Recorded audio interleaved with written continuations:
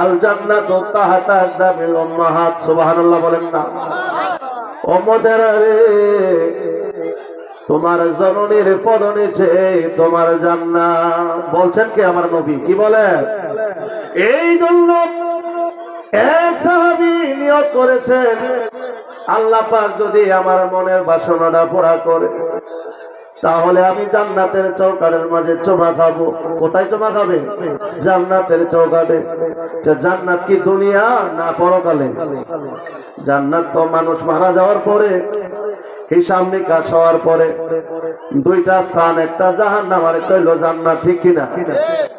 এবার তো এমন নিয়ত কইরা ফেলছে, এমন মান্যত কইরা ফেলছে, আশা যদি পূরণ করে রে, মনের আশা পূরণ হয়, জান্নাতের চৌকাঠের মাঝে আমি চুমা খাইব। এবার ওই সাহাবী মনের আশা পূরণ হইল, এবার পেরেশানের মাঝে পইরা গেল, বাপ নাই পইরা গেল, আমি তো মান্যত করে ফেলছি, এখন জান্নাতের চৌকাঠ আমি কোথায় পাই? আমার নবী রাখতে বলে, সাহাবী রে, ও সাহাবী, তোমার ঘরের মাঝে তোমার মা জননী আসেনি। সুবহানাল্লাহ বলেন।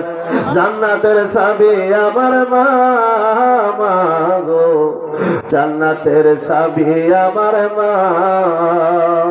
নবী আমার ডাক দিয়ে বলে, সাহাবী, ঘরে মা জননী আসেনি, এখনই যাও, মার কদমে চুমা দিলে জান্নাতের চৌকাঠে চুমা দেওয়ার হক আদায় হয়ে যাবে।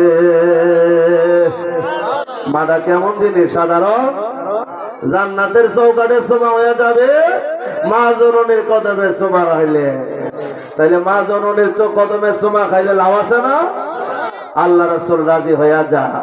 হৃদয় রব্বি ফিরিদা ওলিদাই, উম্মতরা রে, তোমার বাবা মা যদি তোমার প্রতি খুশি থাকে তাহলে আল্লাহ রাসূল তোমার প্রতি খুশি হবে।